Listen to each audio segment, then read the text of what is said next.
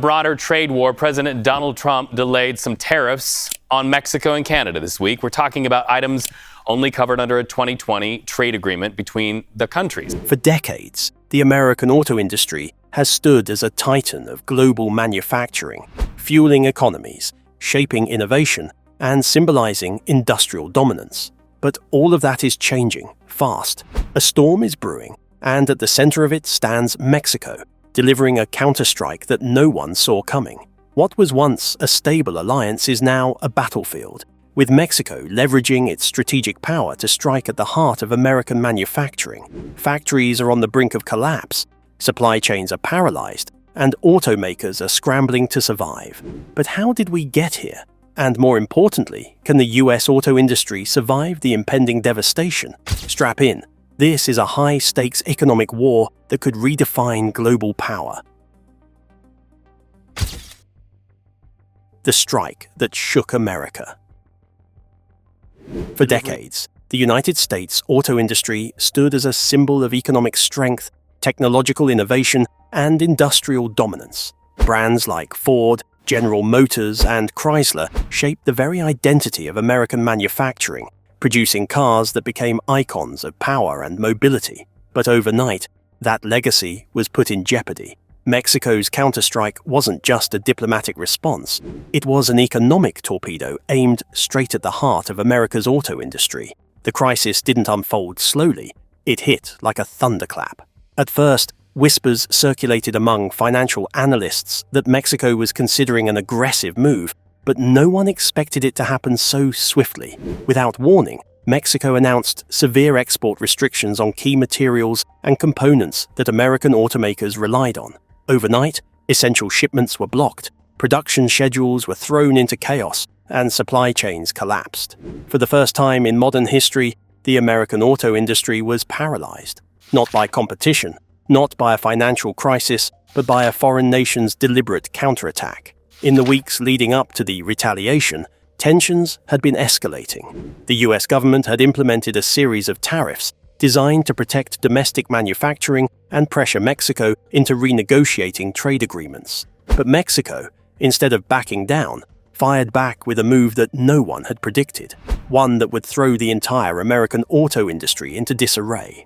With surgical precision, they cut off the flow of crucial raw materials, essential components, and even halted logistics agreements that kept American factories running. The impact was immediate and brutal. Assembly lines ground to a halt, forcing thousands of factory workers into sudden unemployment. For years, US automakers had become dependent on Mexico for manufacturing partnerships, cheaper labor, and access to critical resources like steel, aluminum, lithium, and rare earth metals used in electric vehicle production.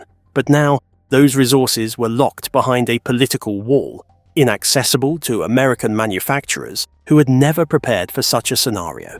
Wall Street panicked.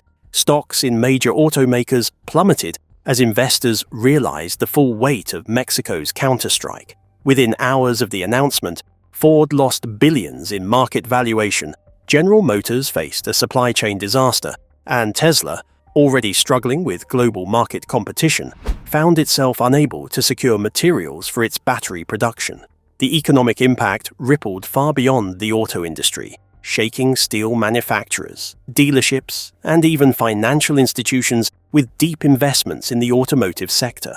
The question everyone was now asking was simple but terrifying. Had Mexico just rewritten the rules of global trade warfare? For years, the US had operated with an unshakable confidence that its economic dominance was untouchable. But now, with Mexico's precise and devastating strike, it became clear that the balance of power was shifting. The American auto industry, once a global powerhouse, was now in uncharted territory, struggling to survive against an economic adversary that knew exactly where to hit. If Mexico could do this in a single strategic move, what else could they be capable of? Mexico's master plan. How did they pull this off? For years, Mexico had been one of the United States' most crucial trade partners, particularly in the auto industry. The North American Free Trade Agreement, NAFTA, and its successor, the United States-Mexico-Canada Agreement, USMCA, had created a deeply interconnected supply chain between the two nations. American automakers relied heavily on Mexico's factories for cheaper production costs, skilled labor, and raw materials that were essential for manufacturing vehicles.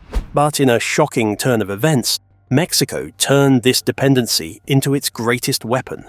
While the US government had assumed that tariffs would push Mexico into submission, Mexico's economic strategists had been preparing for this moment long before the first American tax was imposed. Behind closed doors, they had spent months drafting a counterattack that would strike precisely where it hurt the most: America's auto industry, one of the largest contributors to its GDP. The retaliatory measures were not hastily assembled, but were part of a long-term strategy to remind the world that Mexico held just as much power in this trade war as the United States did. The first stage of the counterattack involved cutting off exports of essential automotive components.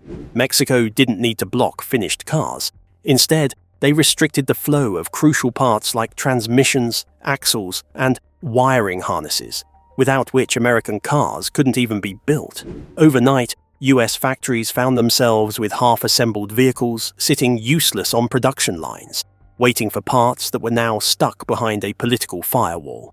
But that wasn't all. Mexico also shut down lithium exports, a devastating blow to the American electric vehicle (EV) industry. Lithium is a vital component for EV batteries, and while many assumed that China held the monopoly on lithium production, Mexico had quietly positioned itself as a major supplier.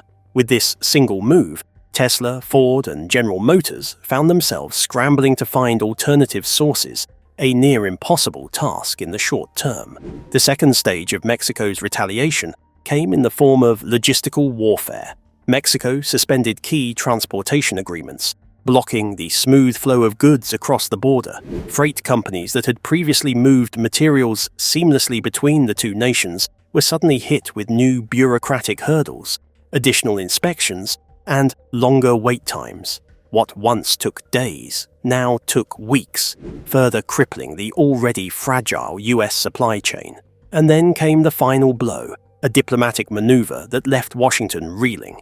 Mexico bypassed traditional trade negotiations and instead formed stronger economic ties with China and Europe, offering these nations access to its automotive industry in exchange for investments and trade agreements that directly competed with the United States.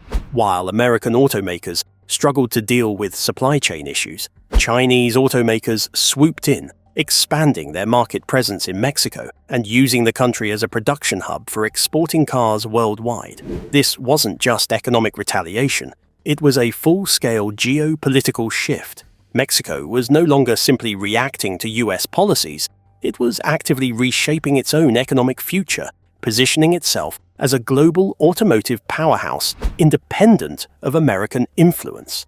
With American automakers hemorrhaging money and production grinding to a halt, could the United States find a way to counter Mexico's bold move before it was too late? Job losses and economic collapse.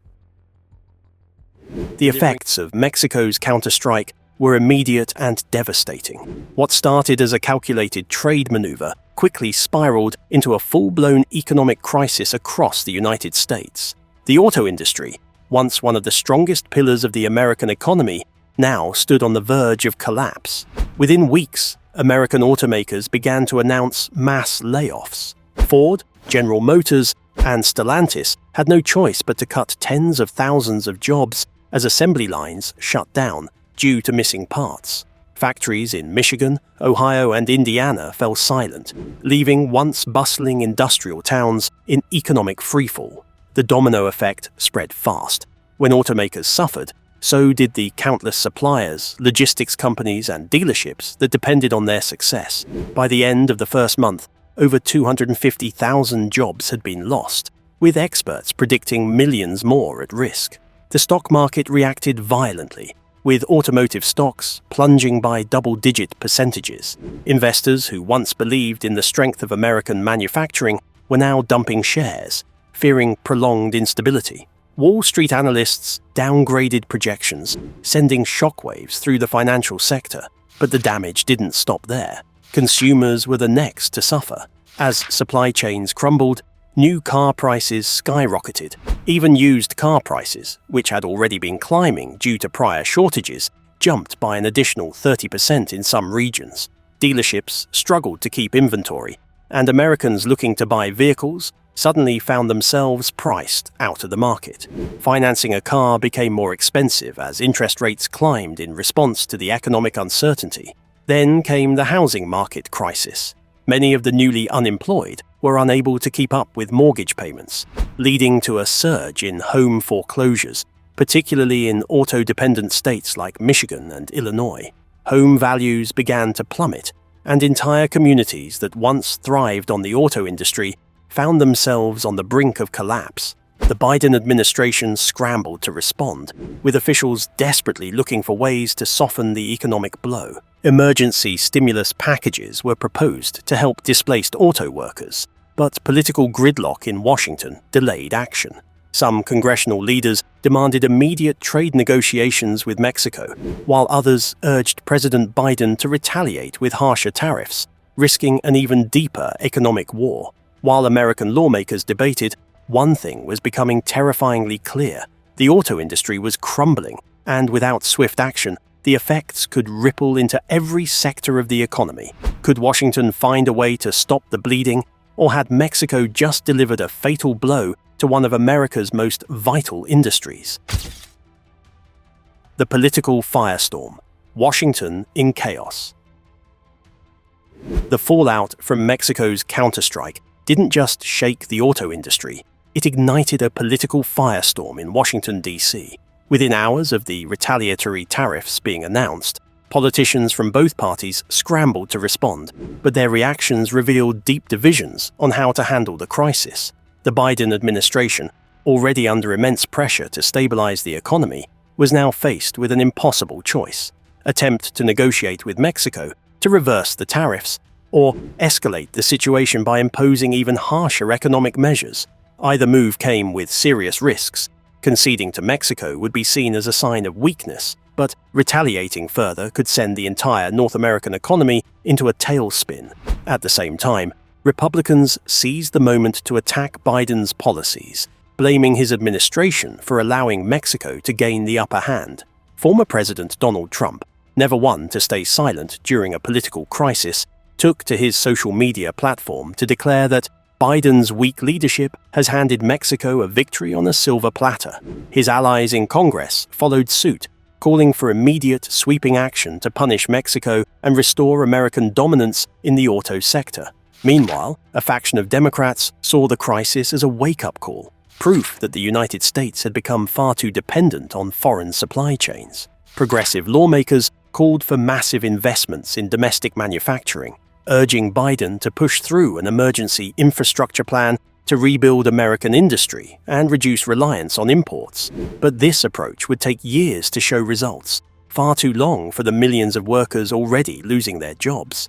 Adding fuel to the fire, lobbyists for major auto manufacturers flooded Capitol Hill, demanding immediate government intervention to protect their industry. Executives from Ford, General Motors, and Stellantis met behind closed doors with lawmakers, warning that without drastic action, they would be forced to permanently shutter factories and move production overseas. But perhaps the most shocking revelation came from classified intelligence reports leaked to the media, suggesting that foreign powers, including China, were secretly backing Mexico's counterstrike.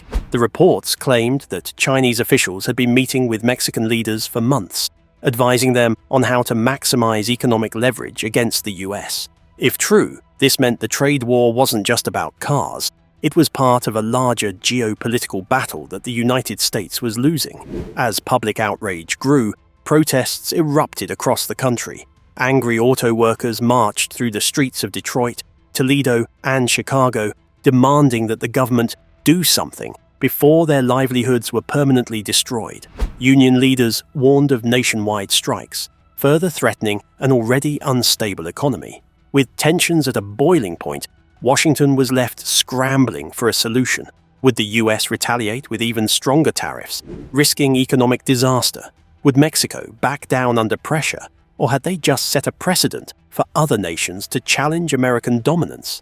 And most importantly, who was really pulling the strings behind this crisis? Wall Street in panic.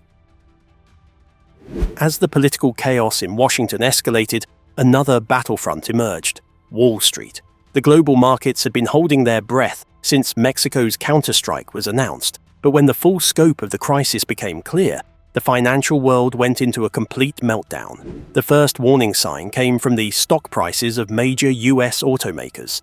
Shares of Ford, General Motors, and Tesla plummeted within minutes of the market opening. Investors, sensing imminent disaster, began offloading stocks at a record pace. By the end of the trading day, the entire auto sector had lost over $200 billion in market value, a crash so severe that analysts compared it to the 2008 financial crisis. But it wasn't just the auto industry that took a hit. Banks, hedge funds, and investment firms, all of which had major stakes in the auto sector, were also reeling from the fallout.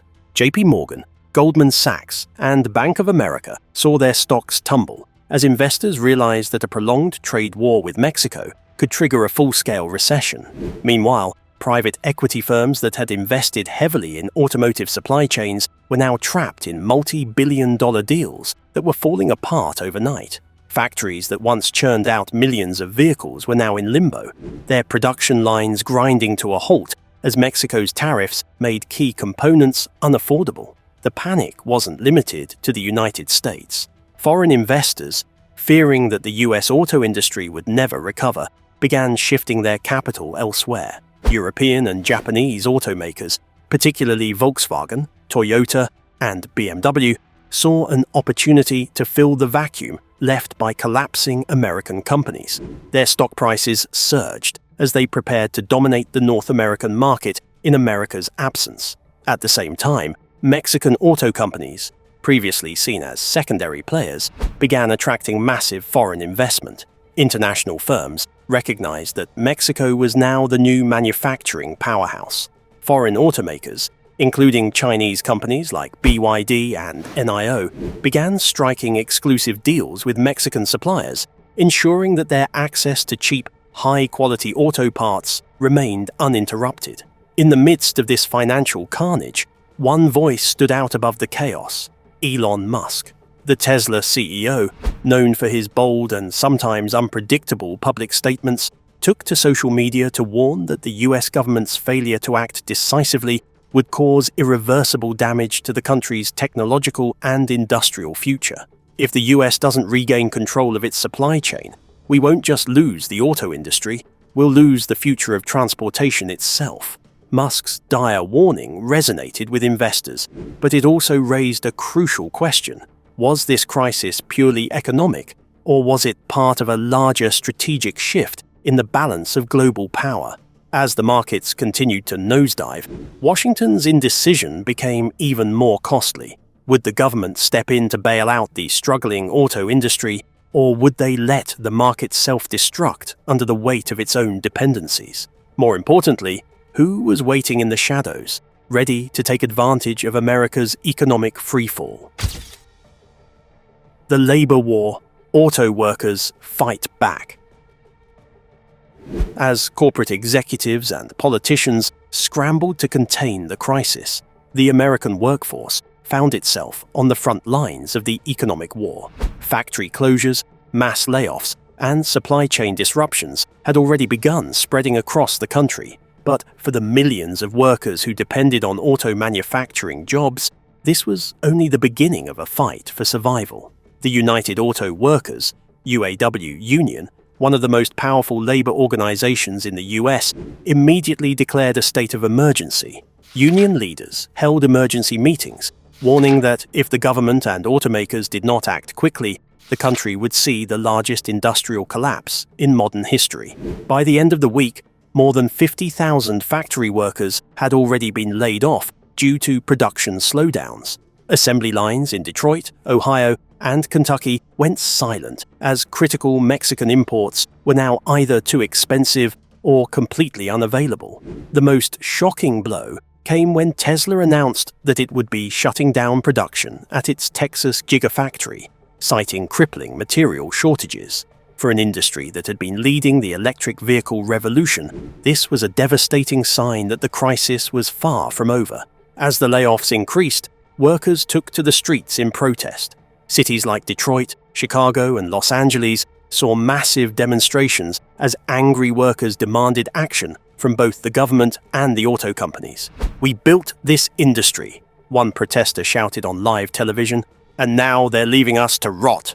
The Biden administration, already under immense political pressure, faced an impossible decision. The only way to restore the auto industry was to end the trade war with Mexico, but that meant making massive economic concessions, something that would be seen as a political surrender. On the other hand, escalating the trade war could provoke even more job losses, leading to nationwide economic unrest. Meanwhile, reports surfaced that some of the laid-off workers were being secretly recruited by foreign automakers. Chinese companies, recognizing the opportunity, began offering high-paying contracts to skilled American laborers, hoping to poach talent and bring them overseas to work in Chinese factories. For many workers, the temptation was real. Why stay in a country that had abandoned them when they could earn double their wages abroad? But this also raised a troubling question. If American workers started defecting to foreign companies, could the US auto industry ever recover? As the battle for survival raged on, the labor war was no longer just about jobs. It was about the future of American industry itself. Would the government step in and save its workforce, or would it allow foreign competitors to steal America's industrial backbone piece by piece? The great automaker exodus. Who stays? Who leaves? With the American auto industry collapsing under the pressure of Mexico's counterstrike, automakers faced a brutal decision: stay and fight, or cut their losses and move production elsewhere. Some companies saw the writing on the wall and took drastic action, while others gambled on government intervention to save them. General Motors, GM, was the first to make a move. Within weeks of Mexico's retaliatory tariffs, the company announced a major restructuring plan, shutting down 3 US plants and shifting large portions of its production to Canada and South Korea. The message was clear. GM wasn't waiting for Washington to solve the crisis. Ford followed suit, revealing plans to relocate entire production lines to Vietnam and Thailand in an effort to bypass Mexican tariffs. The decision sent shockwaves through the auto industry, as it marked one of the largest offshore shifts of American car manufacturing in modern history. But not every company was willing to abandon the US market. Tesla, despite facing massive supply chain disruptions, doubled down on its commitment to American manufacturing. In a surprise move, Elon Musk announced emergency plans to build a new battery and parts factory in Arizona, attempting to reduce reliance on Mexican suppliers. However, the project's success depended on fast government approval, something that was far from guaranteed. Meanwhile, Chrysler and Dodge found themselves in a dire situation. Unlike Tesla or GM, they lacked the global flexibility to quickly move production, leaving them completely exposed to Mexico's tariffs. With no clear escape route, the companies faced massive losses, leading analysts to predict possible bankruptcy filings if the crisis dragged on. As automakers scrambled for solutions, Mexico capitalized on the chaos. Seeing an opportunity to entice foreign investment, the Mexican government began offering massive tax incentives to automakers willing to relocate fully to Mexico. Several European and Asian manufacturers, including Volkswagen and Toyota, quickly struck exclusive deals with Mexican suppliers, ensuring their continued access to low-cost production. At the same time, China seized the opportunity to expand its influence. The Chinese government began funding infrastructure projects in Mexico, aiming to turn the country into a global auto manufacturing hub.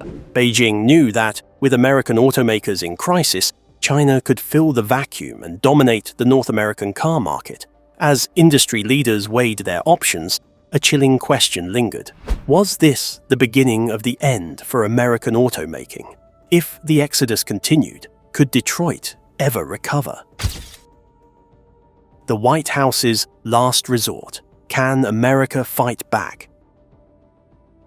With the auto industry in freefall, the pressure on Washington was at an all-time high. The Biden administration, facing public outrage and plummeting approval ratings, scrambled for a solution before the crisis became irreversible. For weeks, Congress debated a massive bailout package aimed at stabilizing automakers, providing emergency subsidies to offset the cost of Mexican tariffs. But political infighting slowed the process, with conservatives arguing against corporate welfare, while progressives demanded stronger worker protections. As negotiations dragged on, the damage worsened. More factories shut down. More jobs vanished. The American economy continued its downward spiral. Desperate for a quick fix, the White House sent top officials to Mexico City to negotiate a truce, but the Mexican government, sensing its newfound economic power, refused to back down. Instead, they issued a new demand. The US must drop all tariffs on Mexican goods if it wanted auto production to resume. This presented Biden with an impossible choice: agree to Mexico's demands and face accusations of surrendering to economic blackmail. Refuse and watch the auto industry collapse completely. Meanwhile, China and Europe watched closely. If the US failed to stabilize its auto sector, foreign competitors would replace American cars in global markets permanently. As the situation reached a breaking point, a high-ranking Pentagon official made a shocking statement. The auto crisis wasn't just about economics. It was a matter of national security. We're not just losing an industry, he warned. We're losing control of our country's future. The fate of American automaking, and perhaps the entire economy, now rested in the hands of a fractured government, an emboldened Mexico, and ruthless global competitors. Would Washington fight back in time, or was this the moment the US surrendered its status as a global superpower? Could the US seize Mexican factories?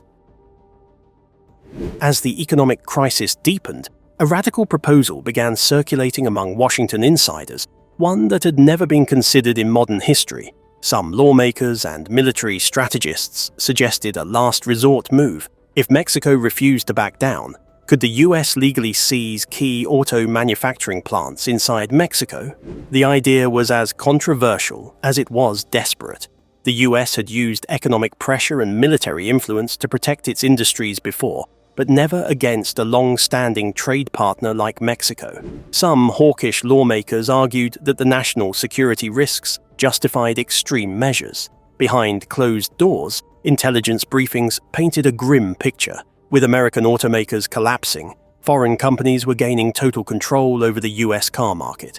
China, in particular, was flooding North America with its own vehicles, while Mexico used its leverage to attract even more foreign investment. However, the proposal was immediately met with fierce opposition. Many feared that such an action would destroy diplomatic relations with Mexico and ignite international backlash.